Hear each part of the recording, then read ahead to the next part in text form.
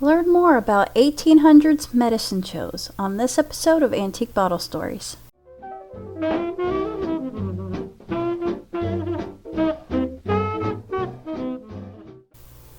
John Healy struggled to make ends meet. In the past, he had been a drummer boy in the Union Army during the Civil War, and during the 1860s, he was a door-to-door salesman of Vanishing Cream, a purveyor of King of Pain liniment, among other things. Then he met Dr. Edward Flagg, a peddler who played makeshift concerts to help sell his own product called Flagg's Instantaneous Relief. A brief snippet found in the book Diary of a Tour in America, written in 1889, tells of one experience coming upon Flagg's routine. At some public square where many people congregate, the horses pull up. The gaudy vehicle is transformed into a platform. 4 or 5 musicians pop out, taking their places. This concert is improvised, and while they play, someone is telling the crowd about this never-before-seen medicine, sure to cure all your ailments. This miracle drug is called Flagg's Instantaneous Relief and sold for the ridiculously small sum of $1 per bottle. It goes on to say that Flagg moves from town to town, making about $50 a day. Flagg's Instantaneous Relief was renamed Kickapoo Indian Oil. In the fall of 1879, Healy and Flagg hired a guy named Charles Bigelow to help take the Kickapoo Indian Oil Show on the road. Bigelow left his family farm in Texas. He called himself Texas Charlie. He wore a sombrero over his long hair, and his part of the act was to be the one who needed convincing that the products would work. At some point, Flagg was no longer in the business, and Healy and Bigelow continued on without him. Records from the Patent Office show that Healy and Bigelow patented the labels for Sagwa and Indian Oil in July of 1882. The address given was New Haven, Connecticut. For the first couple of years, the business was pretty small. The first advertising material was not copyrighted until 1885. Buffalo Bill Cody endorsed Indian Sagwa with the false claim, "Kickapoo Indian Sagwa is the only remedy the Indians ever use and has been known to them for ages. An Indian would as soon be without his horse, gun, or blanket as without Sagwa." Following the footsteps of P.T. Barnum, Healy and Bigelow put on a great show and shamelessly and tirelessly praised their products. Healy and Bigelow weren't the first to stage Indian medicine shows, but they were the best. They promised their most popular product, the Kickapoo Indian Sagwa, would purify the blood and cure all diseases of the digestive system. They advertised it as a product of roots, herbs, and bark, but a rival claimed it was really just a mixture of stale beer and aloe.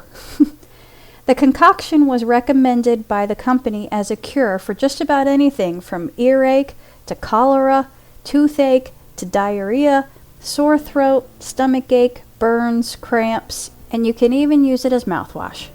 The bottles were sold by both druggists and the traveling medicine shows. The Kickapoo Indian Medicine Company reassured its customers that medicines made of roots, barks, twigs, leaves, seeds, and berries are the most beneficial because they assist nature in the right way to make her own cure. Traveling medicine shows were popular near the end of the 1800s and were basically a traveling carnival. They featured live music, fake war dances, acrobatics, vaudeville acts, fire eaters, rifle shooting, ventriloquists, trained dog acts, menageries featuring wild animals, comedy acts, magic acts, and pie-eating contests. The only thing they didn't actually feature were Indians from the Kickapoo tribe in Oklahoma. Many came from the Iroquois tribes in New York and Quebec and the Plains Indians. Here is one version of what the traveling Indian medicine show looked like. A professor, would lecture the crowd until some battle cries of Indians interrupted his lecture. They would come running through the aisles with baskets of sagwa, Indian oil, cough cure, and worm killer, which they sold to the audience. In another version, the professor would stand on an open platform with an Indian panorama as a backdrop. He would introduce the Indians seated behind him and give short histories of their lives. Then one of the Indians would deliver a speech in his fake Kickapoo language as the professor pretended to translate, although he had no idea what the Indian was saying. He just made it up as he went. Sometimes the translated speech would have the seated Indians laughing so hard. Then a vaudeville show would follow, interrupted by as many sales pitches as necessary. One of the show's most popular performers was Dr. John Johnson. He looked and acted like a medicine man, and for more than 20 years he believed he was. Johnson had actually been kidnapped when he was 3 from Indians from Nova Scotia in 1834. Kind of a sad story. His parents never found him, and they actually set up a gravestone for him, assuming he was dead. He learned traditional Indian medical practices. Even when he learned his true identity, the Indians still viewed him as a medicine man, and he stayed with the medicine show for decades. The Kickapoo Indian medicine shows employed as many as 300 Native Americans in the late 1880s. Sometimes as many as 100 at a time would travel from New Haven, Connecticut across the country to demonstrate Indian life while promoting their products, capitalizing on the American belief that Indians had a deep knowledge of natural medicine. The Food and Drug Act of 1906 brought changes to the Kickapoo Indian Medicine Company, including new packaging in 1907 that removed the word Indian from the bottles and the advertising. My bottle was produced somewhere between 1882 and 1906. After that, the company continued as just Kickapoo Medicine Company. Eventually, laboratories were set up in Philadelphia, St. Louis, and New York City. Soon enough, the motion picture put a slow end to the traveling medicine show. The Kickapoo medicine shows continued into the 20s, and then the owners sold out for about $500,000. References to Kickapoo oil could be found in the druggist magazines up until the late 1930s, when it seems to have fizzled out.